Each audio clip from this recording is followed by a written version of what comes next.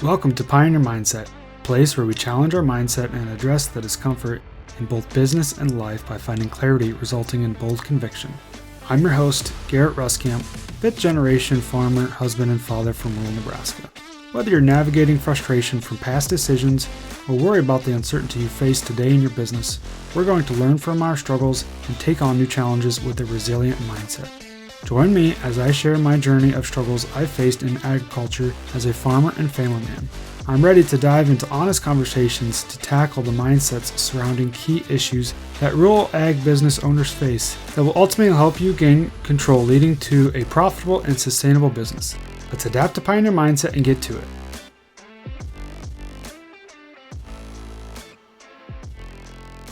Welcome back, everyone. For this week's episode, we're going to be shifting gears and talking about more of the production side of things, specifically around our farm. And as we talk about our wheat harvest that we just wrapped up.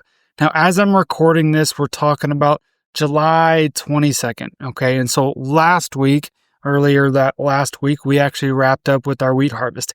We don't have a lot of wheat. It's kind of a small portion of our acres, but it is something that is kind of unique for our area. So I kind of have fun talking about it. And so I wanted to, take a look at the numbers and talk about why we grow wheat. What are some of the benefits? What are some of the challenges? And let's just kind of dive into it. Like I said, it's a little bit of a different crop for our area. And with that being said, every time we get started, I always grab a sample, grab your coffee can, grab your ice cream dish, whatever you have, and you take it to the local co-op and go test it, see what your moisture is. So that way, at least you have a starting point. Even if you have your own moisture tester, it's nice to, kind of check it with theirs, make sure that, we know exactly kind of what that moisture is before we dive into it. And with that, I always take it to our local co-op, and I took it in like, hey, I need you to get this wheat tested. And he looked at me funny. He's like, man, I didn't know people around here still grew wheat. And I said, well, you'd actually be surprised. In our local area here, there's actually probably about a handful of growers that grow wheat. And so for different reasons, for each of their operations, kind of different reasons. And so it's kind of unique that in our small area, but once you get outside of that, even like for our county, Cumming County, we're right on the edge. There's very few people that actually grow wheat. You actually have to kind of go south, and then you get a few more people in Colfax County. And so that's kind of where our small group of people actually come from. So let's get to this 2025 season. Let's give you kind of a rundown, the different things that we ran into, the different applications we made, and ultimately what was the harvest? What was the numbers? Let's dive into that. All right. So for weather-wise, starting out basically last fall when we got planted, it was a pretty dry planting season.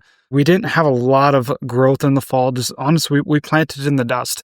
Things did come up. The wheat did come up. It took quite a while. It probably laid there for a good 3+ weeks before it actually came up.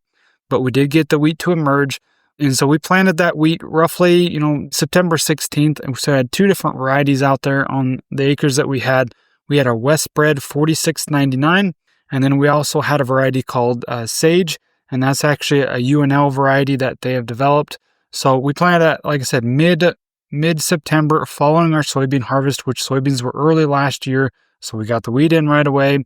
And then, like I said, it was so dry. And then even this spring, kind of going back to the weather-wise, with spring, we were just pretty dry until we really didn't start catching rains. We had a rain probably end of April. We had a little bit of moisture, and then we really didn't start catching rains till probably end of May, beginning of June. Now we've turned wet. And so weather-wise, I think for wheat, it was probably just a little bit of opposite timing. I shouldn't say opposite, just maybe not the best timing of rains. If we'd had some good rains last fall, get it established good, and then even this spring, I think we would have set ourselves up for a little bit better. But so now let's talk about the different applications that we made. So once again, we planted that September 16th. And then with that, we really don't put anything on at planting time. It just kind of stays there. And hopefully we get enough moisture for it to germinate and take off. And then we'll come back in the spring right around green up. So usually around April 1st time frame. So this application that we made was actually around April 9th. And so with that, we made with our sprayer, we went out there with nitrogen and sulfur. So we put on 10 gallons of 32%. And 6.5 gallons of thiazole. And then we also added 60 ounces of humic. And the humic is usually we add 1 ounce of liquid humic per pound of nitrogen. So usually shooting for roughly 50 to 60 pounds of nitrogen in that pass. So we added 60 pounds of humic. All right. So with that humic, it's designed to kind of help with that leaf burn and help the salt load there, but it also kind of helps stabilize that nitrogen a little bit. And so that's kind of the reason we put that on at that time frame. And so with that, we're using our sprayer and we're using streamer tips. We got 3-hole streamer tips, so that way we can stream on this nitrogen and sulfur and it doesn't necessarily burn the crop as much. And so it's been working pretty good for us last few years. Really liking that application there. So then we come back with our dry fertilizer. Now, this year, we were really dry early on. Like I said, in even April and even May, most of May, we were pretty dry. And so we didn't know what this wheat crop was even going to look like. We probably waited too long to get our dry fertilizer out there. Dry fertilizer, we usually have a local retailer come in with the Highboy fertilizer spreader, I should say, that can spread 90 feet so that way they're not running over as much, but we can still get it applied. We probably did not put this on soon enough. I probably should have had that on probably at least 2 weeks ahead of this already. And then we started catching some rains, things kind of got delayed. But with this dry fertilizer, we actually pulled our potash out of there because we didn't think we were going to get the best benefit of it. And then I put a different potassium product in with my fungicide pass, which was right around that same time frame. So with this dry fertilizer, what we did is we pulled the potash and we did 25 pounds of AMS, dry AMS, 100 pounds of ammonium nitrate, and then half a pound of boron. All right, so that was a lot less than what we typically do because we were getting so late and because we were so dry early on.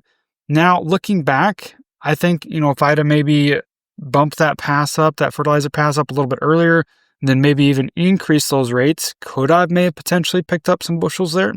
Maybe. It's kind of hard to say with some of these different things and some of these different practices, right? And so with that, kind of looking back, hindsight's 2020, right? I kind of wish maybe done things a little bit differently there, but we kind of saved a little bit of money too, because we kind of realized that, hey, I don't know what this crop's going to do. Let's maybe not push it so hard. So we did save a little bit of money on the application. At that point, it did get so late. I don't know if I'd have made my full rate, if I did my 50 pounds of AMS or my 150 pounds of ammonium nitrate and added my potash.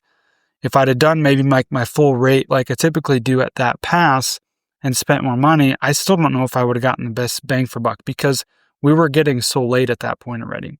And so once we had started catching some rains and started having some more moisture, and so all of a sudden now we start thinking about foliar feeding and fungiciding this wheat, putting a fungicide pass out there. We generally do at least one fungicide pass, and sometimes we've even done multiple fungicide passes. It just kind of depends on what disease pressure is actually out there. But with the increased in humidity, and usually the more rain that you have, the more likely you're going to see some of these diseases kind of come in. So we usually generally plan for at least one fungicide pass. And so we went ahead and did that at the end of May, and we went ahead and we actually used our sprayer to do it. In the past, we've actually always had either a plane or helicopter do the fungicide pass because we don't want to run over that weed any more than what we have to, but also because we also are usually busy using our sprayer, for corn or beans, and we don't necessarily have to have it cleaned out or it just doesn't always work logistically. So we've usually always hired somebody else to do that. This year, I thought, okay, well, just the way that timing worked out, we had literally just ran across this with a dry spreader, like the same wheel spacing as what our sprayer would be, different pattern as far as the width of the equipment and whatnot. So I was trying to think, okay, can we use our sprayer? It happened to be workout. We were clean. We had our narrow tires on. It kind of worked out. So, all right, I'm going to actually try this. So I ended up using the same wheel tracks.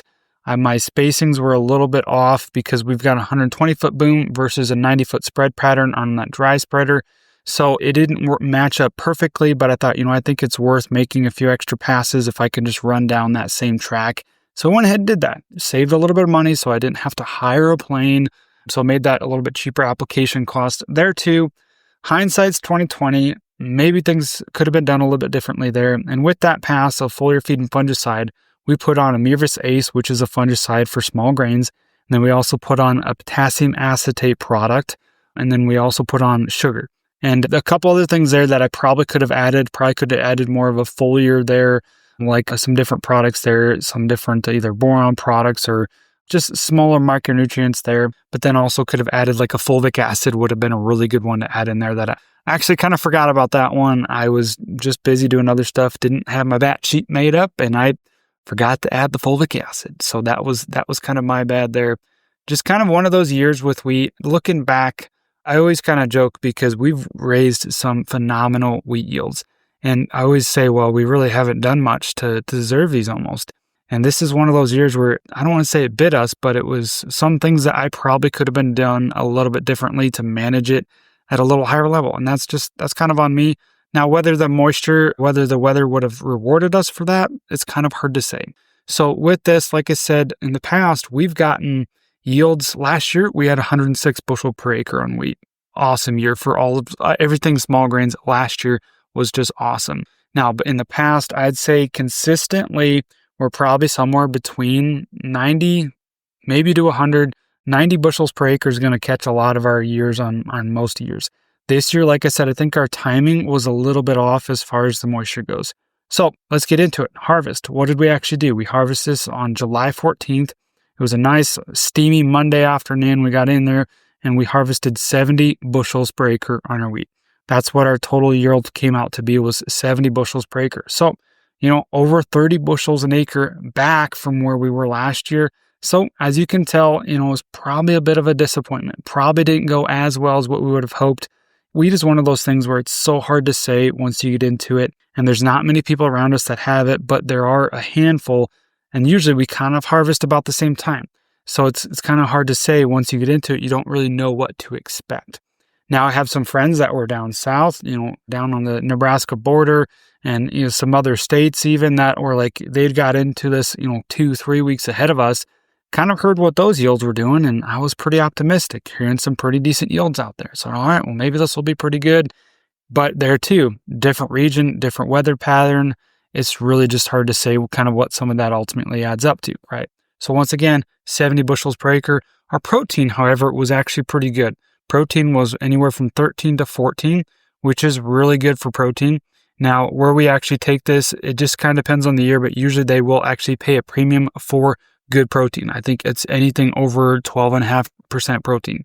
And so that's a really good protein level there.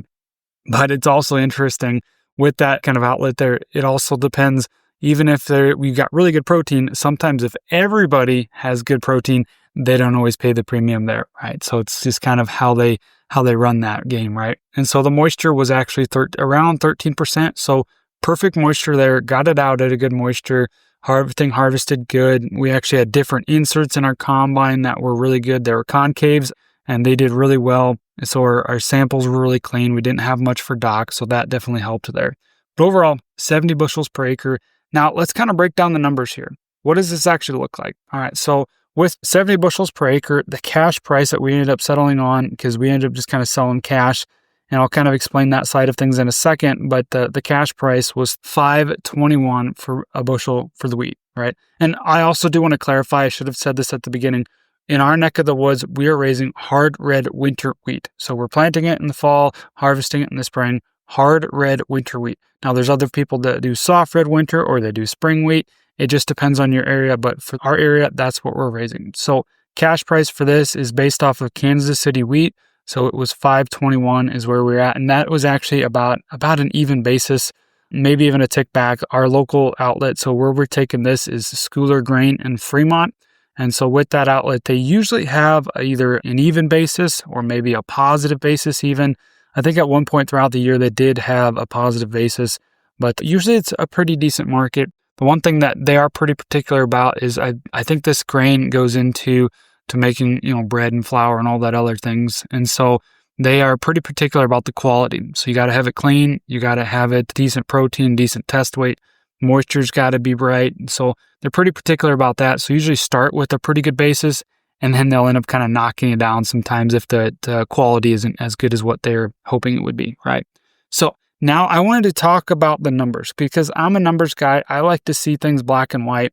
And so it's obviously you can't see this, right? But I kind of put together a spreadsheet, put together my break even on this crop, kind of with updated numbers, everything that we did, all the applications we made, all the inputs that went into this.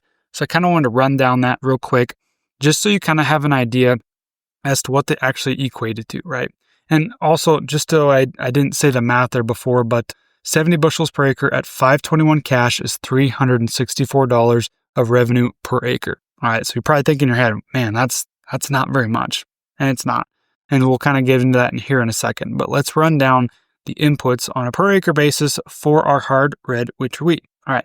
So I'm going to kind of start at the top here and the different foliar products that we made, which this mostly just kind of consisted of the sugar.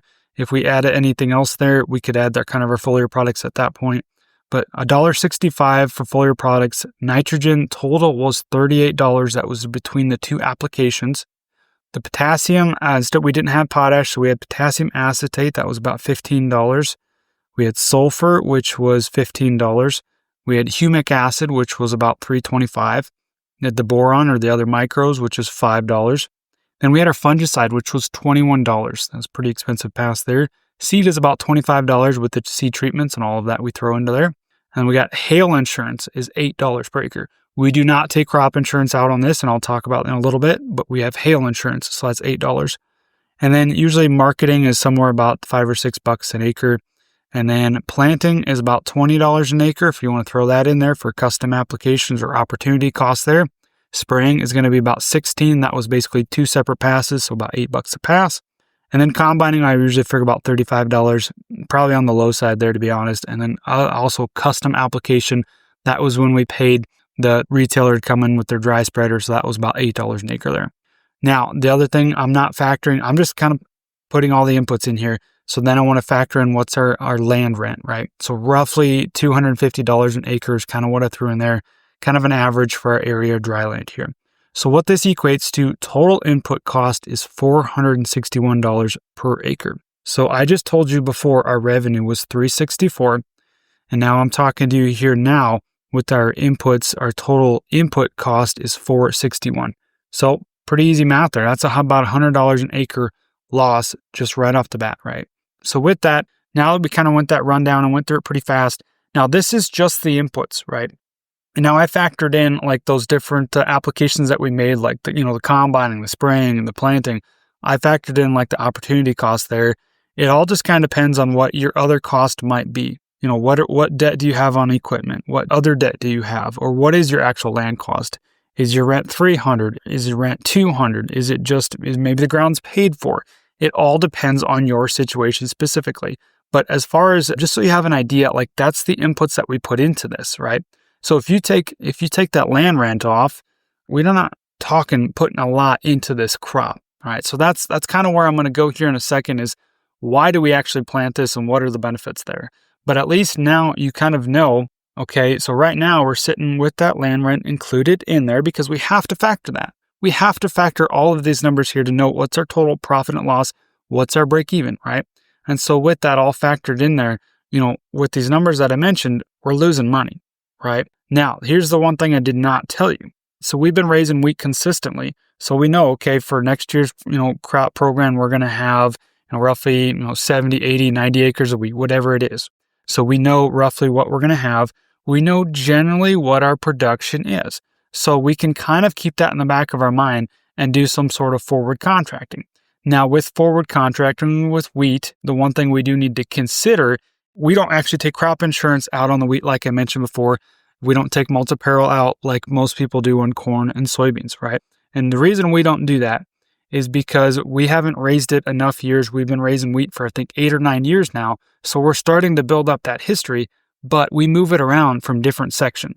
So the thing when it comes to crop insurance and having that history is you need it within that section. So also now we get maybe 2, 3, 4 years in one section of a history, then maybe we can consider actually taking a decent crop insurance out on wheat.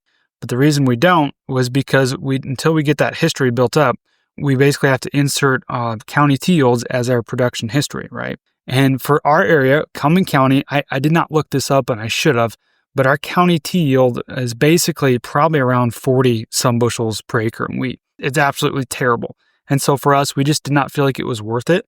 And generally, like I mentioned before, we've had probably in 9 years of growing wheat, we've had, I think the first year we had roughly 70 bushels per acre. And then we had our really bad year, I think was in 2023, which was 2 years ago. We had like 25 bushel per acre wheat. Now this year, not a great year, so back to 70. So I'd say, but generally we've been right around 90 to 100 bushels pretty consistently. So we've raised good wheat. And if we have to take out crop insurance, well, that's just kind of an added expense. So we kind of run that risk here, right? We kind of run the risk that we're going to have some bad years, but for the most part, we're going to have some good years and we're going to make up for that. So that's just kind of the game that we play with this different crop. All right. So with this different crop. Now, going back to the crop insurance, and why that's actually relevant is because of that, we cannot guarantee our production. We cannot guarantee what we're actually going to have out there. And so that makes it a little bit challenging from the marketing side of things. And I'm kind of jumping the gun here as I'm talking about challenges, but I want to get to ultimately what our net price was on this wheat, because we do work with a marketing advisor, because we have somebody that is in our back pocket that helps us market our wheat to the best of our ability using things like, the Chicago Board of Trade or the futures market and those different things that are out there with options and kind of playing those to our benefit, right? So, this all kind of comes down to being a price maker versus a price taker. A price taker is selling the cash and walking away, and it is what it is at the day that you call Schooler up and say, hey, I want to sell this. So that was $5.21. That's what we sold it right out of the field. And that's pretty common because for them, you really only have 7 days to price this. Now, you could have maybe done some sort of, contracting ahead of time with some cash bushels or some setting your basis or some different things like that. But when it comes to, they don't store it there, so you got to sell it. So ultimately, 521's cash. But what did we actually get out of some different strategies utilizing our marketing advisor? Well, I'm going to play up our marketing advisor pretty big here. And this is probably one of those situations where we'll never get this lucky again. But through some different trades, we were actually over to basically get over $2 back on our bushels here, right? So we had a total bushels. We only had about 58, 60 acres of this. So we had roughly about 4,100 bushels of wheat, right? So with that and the different moves that we made, and the one thing about wheat is when you're using futures contracts, you have to be mindful that those are usually about 5,000 bushel increments. Sometimes you can get mini contracts that are, 1,000, but we're using 5,000 bushels, which generally was pretty close, or if not a little bit under of our normal production, what we had estimated, what our estimated production was going to be. Right. So with doing the different moves, our total cash price for our operation for those bushels that we raised was actually $7.40. So that's over $2 from where the cash price was. And how we got there was just ultimately by doing some different trades.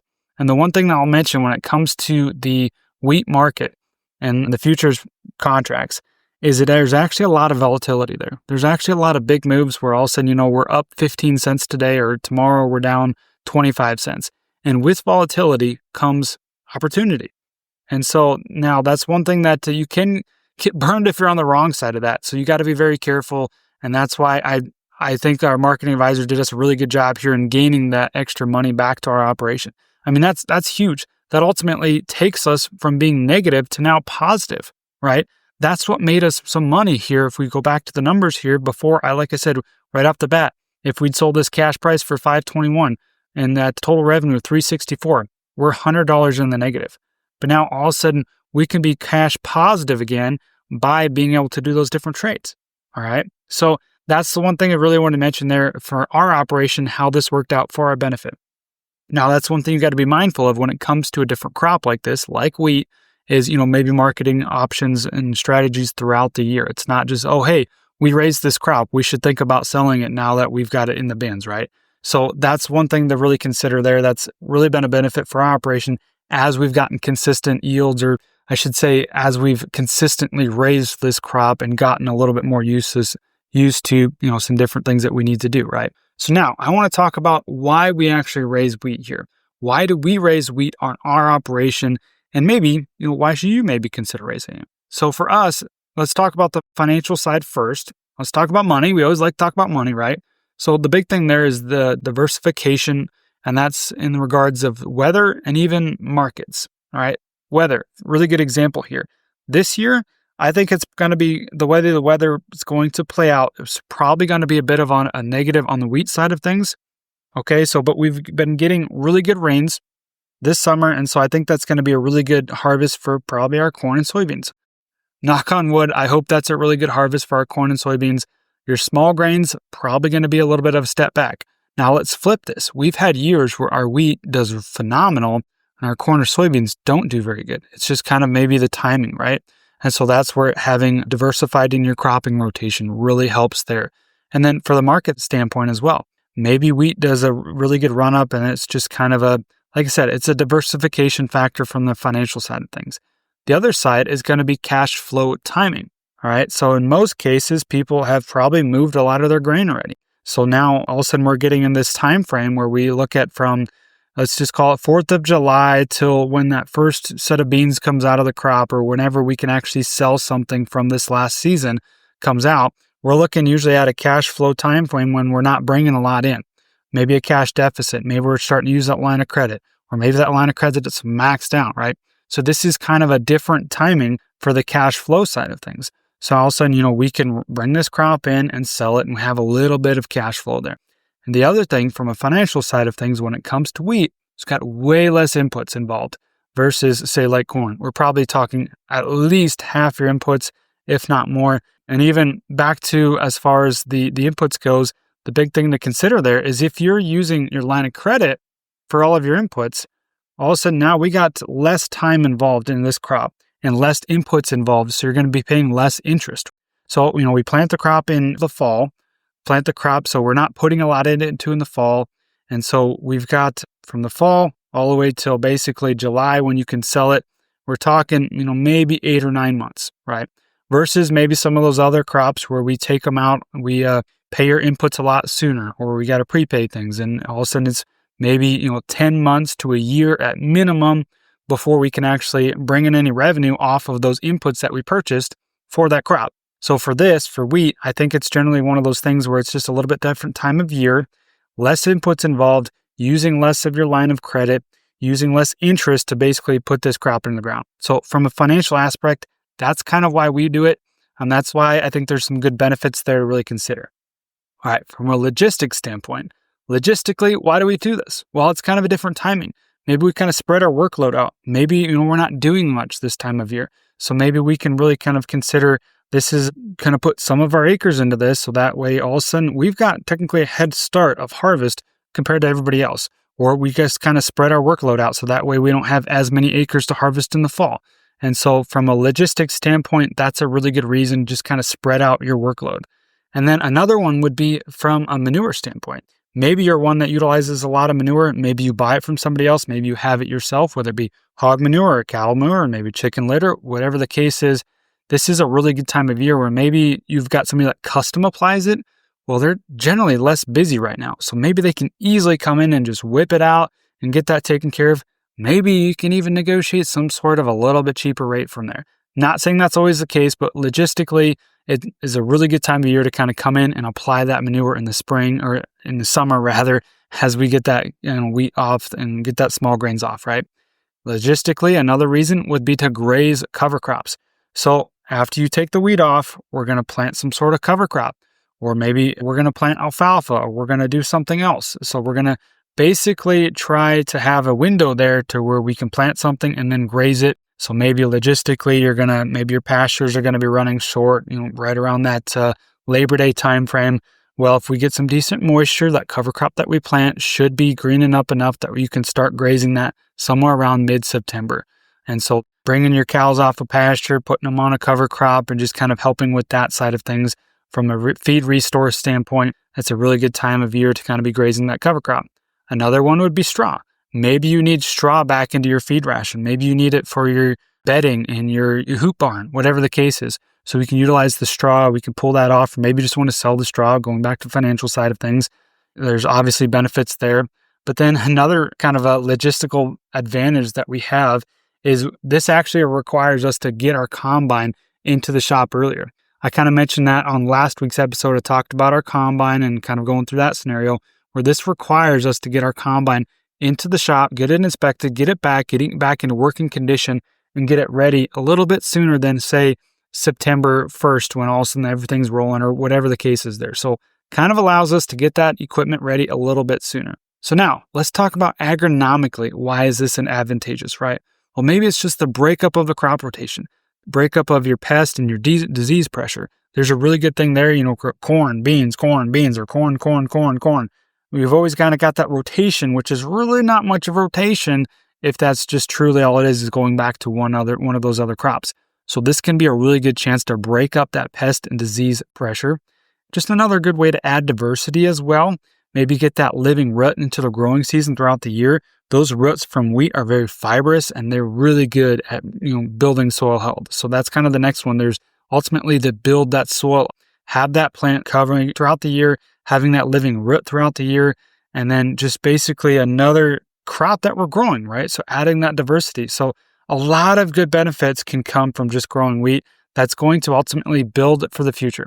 So from a cash flow standpoint, talking about the numbers, talking about all of those things to really consider. Is it going to compete with, corn or beans? Well, this year is probably going to compete with beans just because beans don't really compete at all this year. Corn's always kind of about king, right? I think in our neck of the woods, it's kind of hard to beat that from a revenue standpoint. But when we factor all these other things in there, there's a lot of things that we can actually, probably don't account for. And so, big one, like I said, going back to less inputs, using less of your line of credit. Maybe if things look tight, maybe we consider doing more wheat acres just because we don't have as much capital. Maybe our line of credit's maxed out and we actually had to term that out last year. Let's maybe keep from doing that. Let's maybe plant a few less acres that are so expensive like corn. So there's a few different things to actually consider there as to why to plant wheat. And then, the last thing that I mentioned is just from an agronomic standpoint is we're going to actually be planting alfalfa into our wheat. So we can consider, okay, for next year, and we've done this in the past, we kind of have a rough idea as to how this could play out. So for the next year, alfalfa, for those of you that don't typically know, is typically planted in the spring. So for that first year of alfalfa, new seeding alfalfa, you typically don't get very much out of it. You maybe get 2 cuttings. You don't get a lot of tons off of that. And that's just kind of the way that it goes with establishing a new stand. Now, if we can get this established in the fall, we've got some good moisture, and all of a sudden next year, it's a new seeding, but we're kind of off to the races. The one year that we did this in the past, we had 4 cuttings the first year instead of 2. They were not huge cuttings. They were not a bumper crop by no means, but 4 cuttings definitely added up. So you could probably figure maybe 1 to 1.5. I don't know if it's quite 2 tons extra on that first year.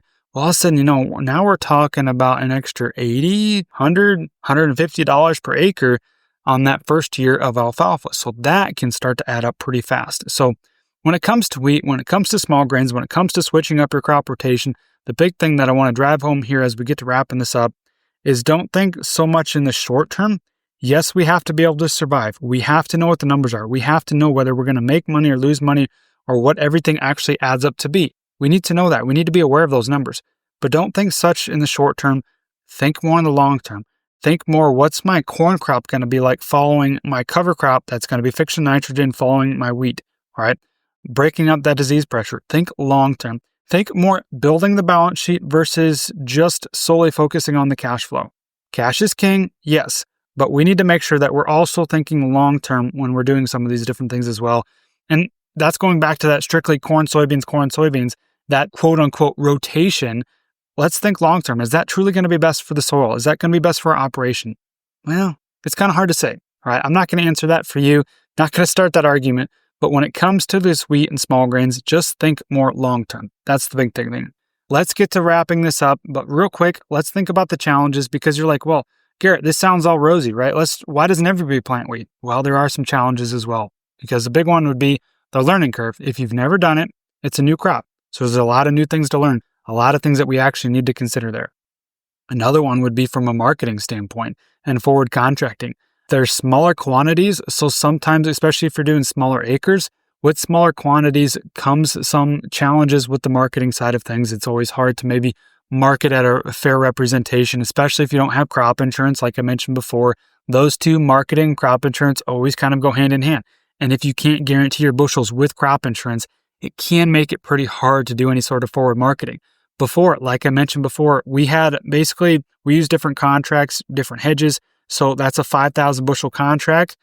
For those of you that don't know, any sort of futures contract is 5,000 bushels. As I just told you, we've raised less than that at 4,100 bushels. Now the price has basically gone down, or we've made money on those moves. But if it was the opposite and we raised less bushels and the price actually went up, we would actually be under. We'd gotten burned. That would affect us in a negative way. So we got lucky there. Let's call it what it is we got lucky there. So a lot of challenges that way from a marketing and a crop insurance standpoint. couple other ones would be just, equipment. Maybe you don't have a drill. Maybe you just don't want to harvest in the summertime, with the timing and the logistics there. Or, usually got to plant that wheat, hardwood into wheat in the fall. And that's usually right at the same time you're combining. So logistically, some challenges there. But the big thing here, as I want to talk about this episode, and I do apologize, it's getting long. I can talk about wheat all day because it's different, it's unique, and it's fun. I could talk about this off air. If you've got any questions, I'd love to hear your kind of different thoughts on wheat, or if you grow it, if you don't, love to talk about that. But let's consider different crops, especially right now. Let's run the pencil, all right? We're looking in next year, maybe we're just looking at corn just doesn't look good, or soybeans again don't look good, whatever the case is. Don't be afraid to run that pencil and consider different crops. I think that's something that the most progressive farmers out there are just not stuck in their ways. And that's just something that we always need to be willing to consider different crops. Don't be stuck in this, well, this is the way we've always done it. We've only ever raised corn and soybeans. That's the big thing here, is just my big take home here with this message is do not be stuck in your ways. So I hope this was valuable, hearing about our crop, hearing about wheat this year and how we did in 2025. And I appreciate you sticking in this long, but I'd love to have this conversation about wheat.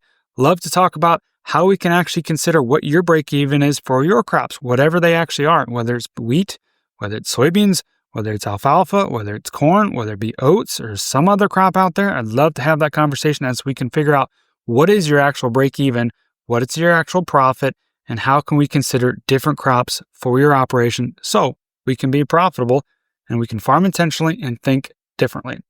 That's all I got for this week's episode. We'll catch you guys next time. Thanks for tagging along with me today as we sharpened our mindsets. If you've gained insight from today's episode, be sure to take a screenshot to share or send this episode to somebody who might also find value in it. For more, follow me on Instagram at Garrett or on Facebook, and join me next time for more conviction through clarity.